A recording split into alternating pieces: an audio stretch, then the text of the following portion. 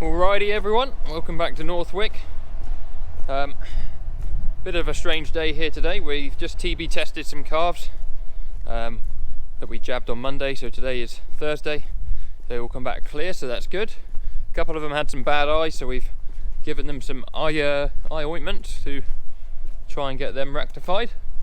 John's on holiday today, and one of Craig's daughters had a positive COVID test, unfortunately, so he's had to go and get a PCR. So if you're watching, Lily, hopefully you're feeling alright and you've not got the ill effects of COVID. But that leaves me in charge of feeding. So get the tractor here and feed up some coos.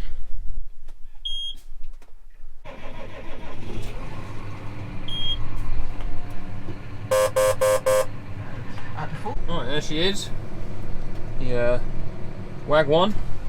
I've not done any of the feeding yet since the cows have come in this year, so it should be an experience for us all. Turn you on.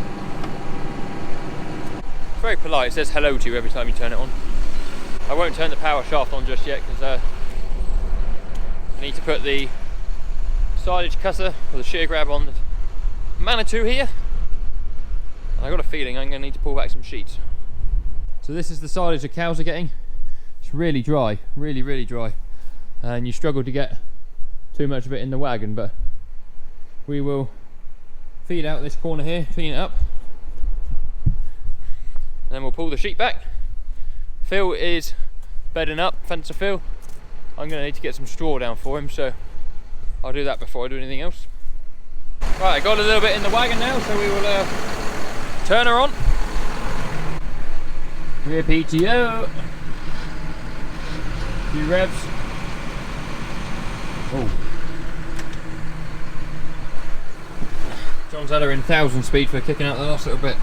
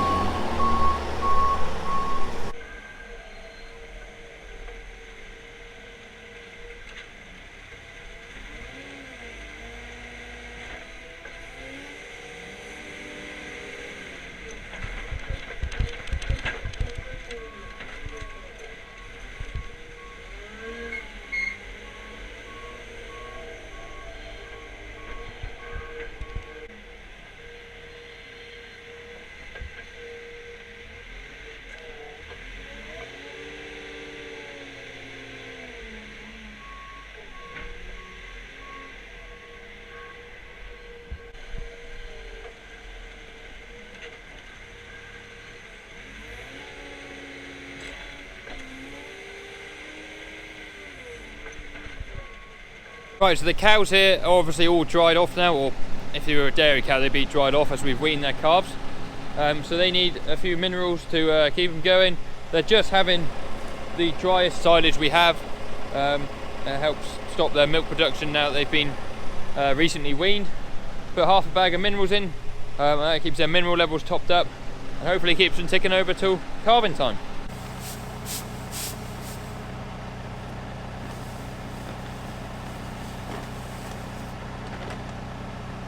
We do also have pre-calving minerals, which we will then feed as the cows get closer to calving time. So this is just how dry the silage is. Normally we can get 4 or 4.5 ton in this wagon, but this is what 3 ton looks like.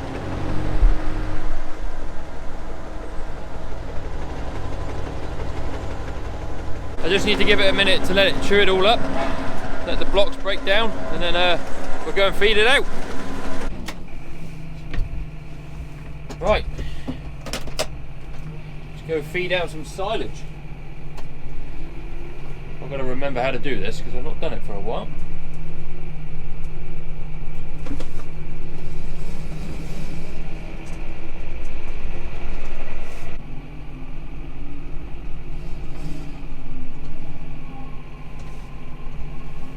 Well, the first thing to do is to figure out what spool we're working on here.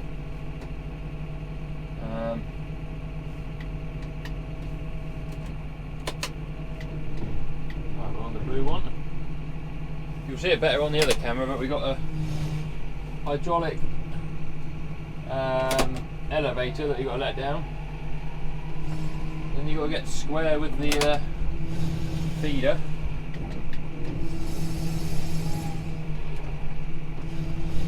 It's a dark art feeding silage into this trough. Start up the power shaft.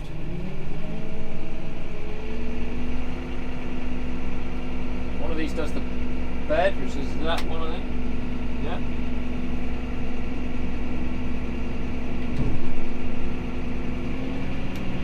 And then that one does the door.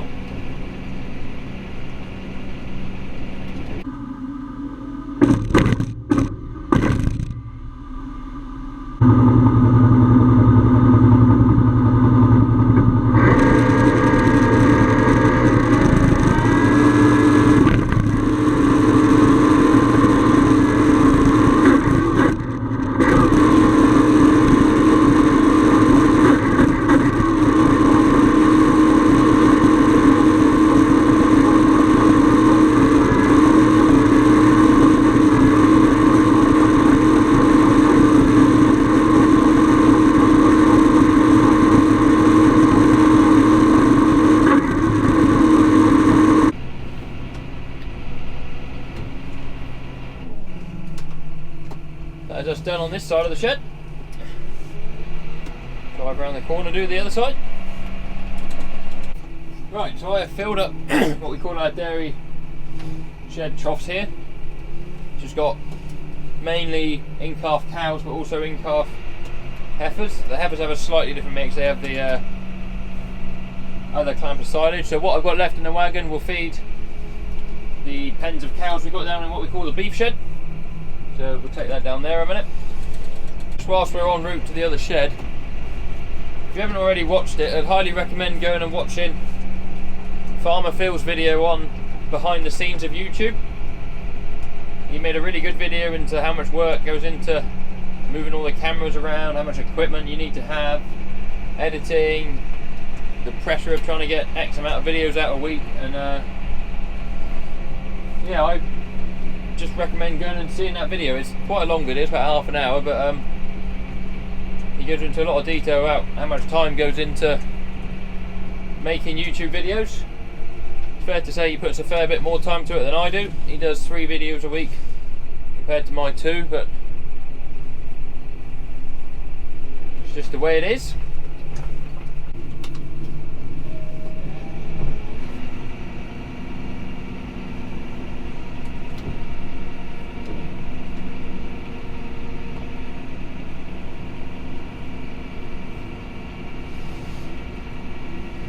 Right, cows fed.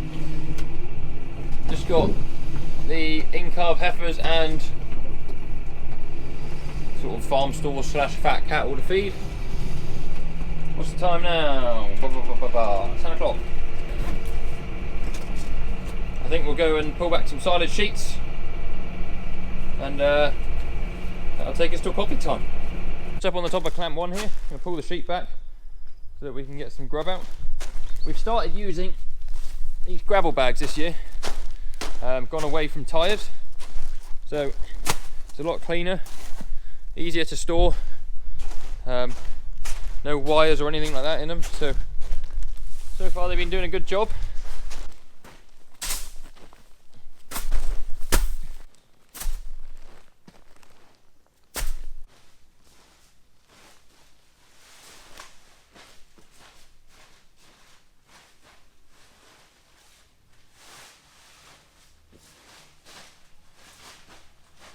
Right, so we've got the sheet pulled back. A little bit frustrating. You don't need to be an expert to see the top of this pit is not ideal. There's a bit of rubbishy waste on top. It's very soft. Not really sure why, because this had a really good roll and was really well sealed. Whether it's just because we've gone away from the tyres, we haven't got as many sandbags, I don't know. Last year we put straw on this clamp, if anyone remembers that. And that sealed the pit so well. If you have the means to put straw on your pit, on like an indoor pit, I would do it. But we didn't have any straw here this year at the time of putting the grass in. Now I'm down the bottom here, you can just see It's really, really nice silage, but the top 4 inches or so just gone bad. But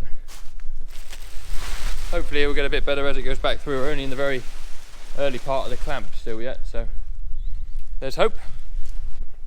You can see in the other clamp here, there's a little bit of rubbish just on the shoulder. There's no side sheets or anything, but the rest of it here, for 2 or nearly 3-year-old silage, that's perfect. There's no waste on the top whatsoever.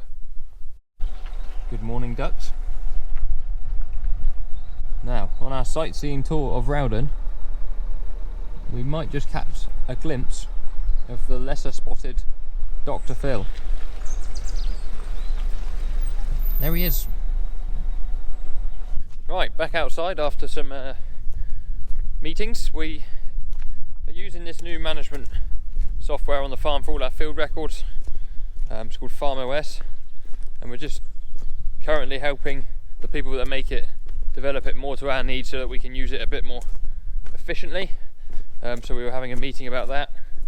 I know there's loads of different management softwares out there, but we're trying to get one which helps also keep data on the experimental side of what goes on here at the farm. So I'm going to get back in the tractor now, or get back in the Manitou anyway, and feed some more cows, and then we'll try and get on to cleaning up some of the handling area probably after dinner.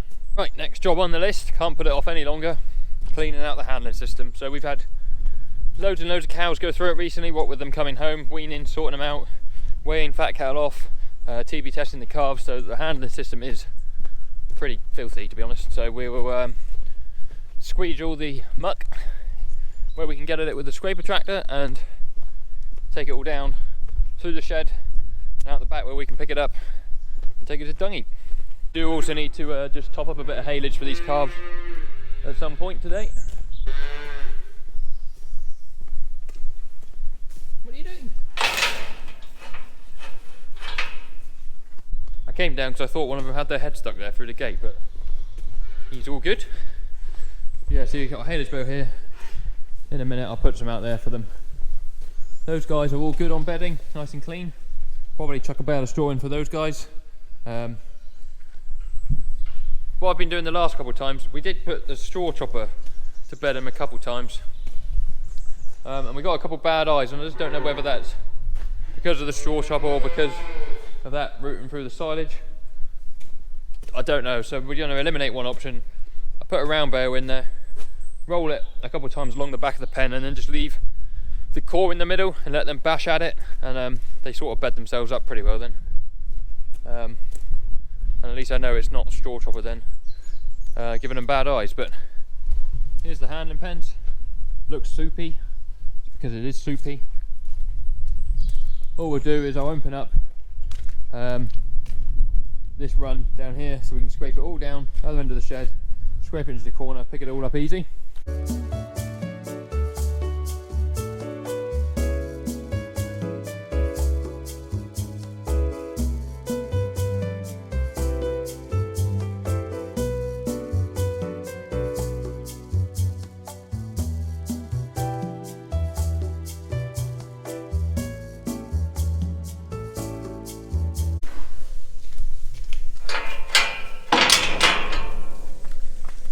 What does everyone think of the new water troughs? Nice little tippy ones, you can unbolt them, tip them out if they're full of crud. A lot easier than emptying the old ones when they got full up of rubbish.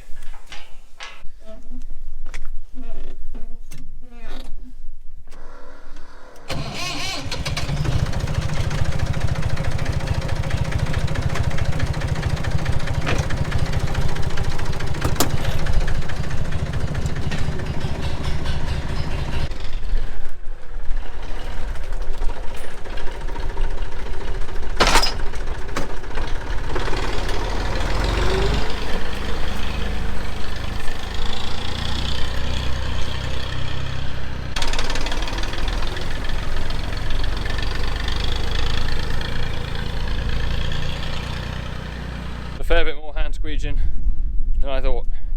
I've now got a yard full of slurry to deal with. Whew. But hopefully we'll push it in there alright. This scrape, I don't know why it is like it is, but you see under here there's a gap. So when you're pulling stuff everything escapes out of there. Must be to do with the top link angle. Otherwise, if I wound him in a bit, doesn't really seem to be doing anything. But anyway, we'll change him to pushing, and we'll push all that down there.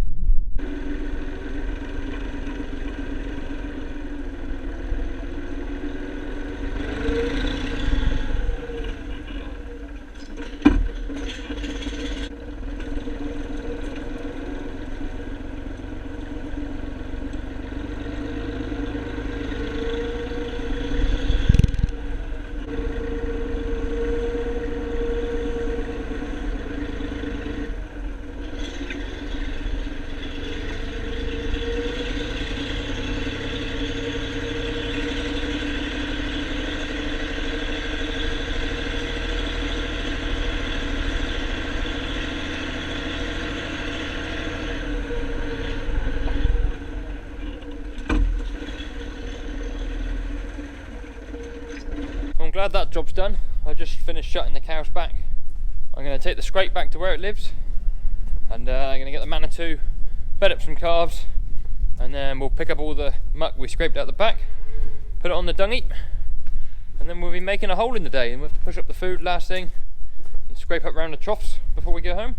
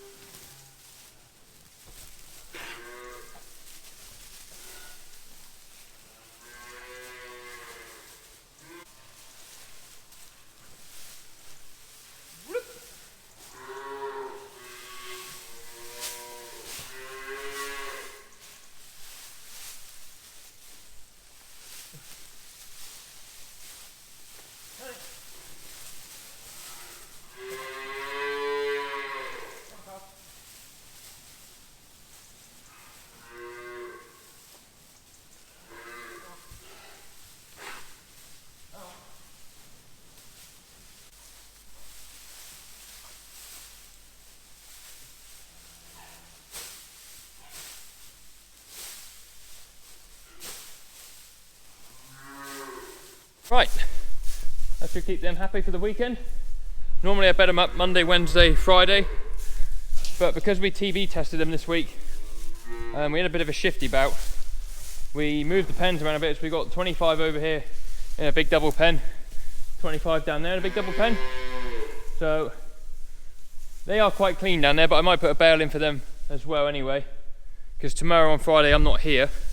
I've got the joy of going wedding venue shopping with Abby, and just so the lads haven't got to do it in my absence, and they'll be right for the weekend, I thought if I bed them up, that'll keep them happy. So we'll grab another bale down off the side here and put in for these calves. Right, that's the calves all bedded for the weekend. They should be happy enough. Saves the chaps having to do it tomorrow. I put some fresh haylage out in front of them, so they're all happy on that front as well. This is our creep feed we've got now. You can see there's a bit of a mix in here. So these nuts here and the dusty stuff is a new 16% blend that we're feeding the calves. And you can see these little ones are the compound feed that they've been on already.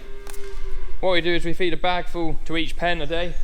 And then I've put one bag of the calf creep that we got on the pallet there in the bag, mix it up with the other stuff just to transition them a bit from the old stuff to the new stuff, just so they get used to it. So that's all these guys happy. I'm gonna go pick up that muck and then we'll push up the food. We got Gus back. So anyone who hasn't been following us for a while, this is Gus, mine and Abby's Cocker Spaniel. His sister is also on the farm, Tarka, that's Craig's dog. And Gus had a pretty nasty accident. He broke his leg August bank holiday. So what's that, 3 months ago now? And he's been having to have a lot of kennel rest and wear a collar for best part of 6 to 7 weeks. And then he got over that, and then we had We had him castrated when he had his follow-up x-ray because he had to be sedated for those. So it's been a bad year for Gus, but he's on the mend now. Happy dog, aren't you, boy? Happy doggy. Oh yeah, happy doggy. Oh yes. Now that is a good looking tractor. Do we reckon the new 185 will be the replacement for the 155? I think the new 150 that's coming out is a 4-cylinder model, so that's not really the same like-for-like replacement as what a 150 is or a 155 is. Interesting to try one when they do come out, when we can get our hands on one. You can't come in the pushy tractor because there's no passenger seat for you, is there? No. I know. It's like, but I want to come in the tractor too.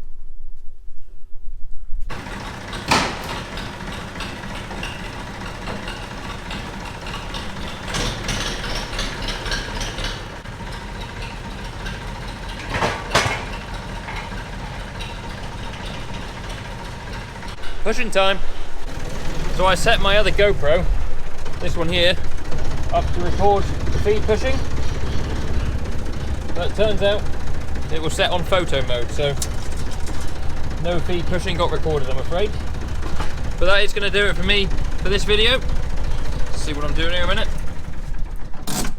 So thank you very much, guys, for watching. If you haven't already, please give the video a thumbs up and subscribe to the channel if you haven't.